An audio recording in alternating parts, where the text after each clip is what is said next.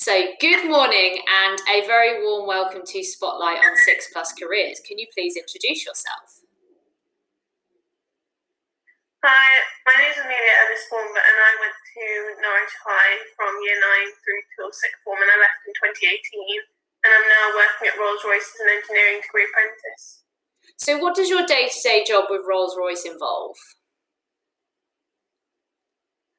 So at the moment I do a placement for 5 months and then move somewhere else. So at the moment I'm working in a stress team working on the XWB Trent engine, and I spend 4 days a week there and then 1 day a week at university. So when you're at university, what types of things are you studying? So my degree is exactly the same as someone who did a full-time degree, except from it's spread over 4 years instead of 3. But I come out with a mechanical engineering degree and it's at Derby Uni. So how did you find your apprenticeship?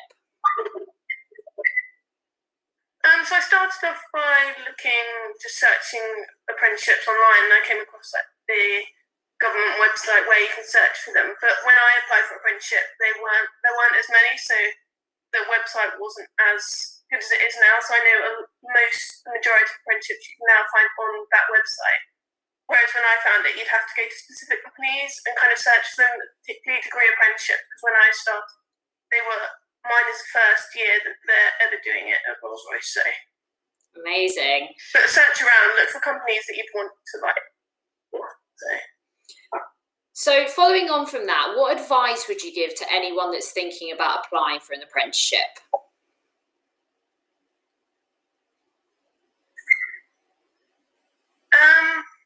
So one thing that I did is I looked at the company's page, and when they normally ask you to answer a couple of questions when you submit your application, so look at the principles behind the company and kind of understand the actual company rather than just your program that you're applying for, because they want you to work there as an employee. So it's a bit different to a university application where you're saying what you've already done. You have to integrate their kind of principles into what you've already done.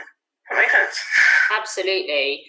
What would you say you enjoy the most about your apprenticeship?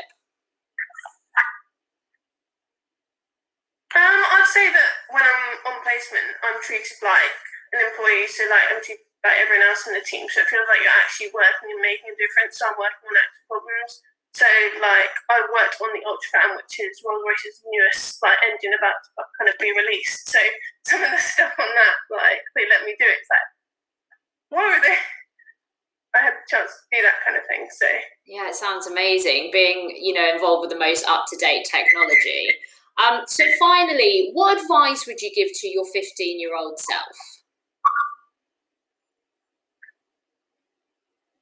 I'd say keep your options open. So look at a wide range of companies if you wanted an apprenticeship. But at the same time, I'm glad that I applied for uni at the same time, just so then you have the two options there. But I think as an engineer now, the way in which my brain thinks, it kind of led to more of a work-based kind of environment and that kind of structured time approach. And also I get to do actual hands-on problems. So I'll probably say to my younger self, even though I don't know. Sorry. So I think what you're trying to say is you quite enjoy the practical side of it and being very hands-on and actually being able to get involved with the problems that are a massive part of engineering.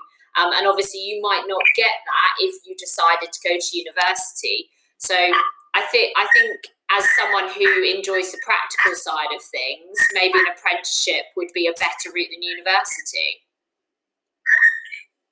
Yeah, but also don't be scared away by the fact that if it is you don't like practical things as much, there is quite a lot of theory stuff that we still apply. So quite a lot of the stuff that we learn at university, it isn't hands-on, but you still apply it in a practical way. Practical doesn't mean hands-on.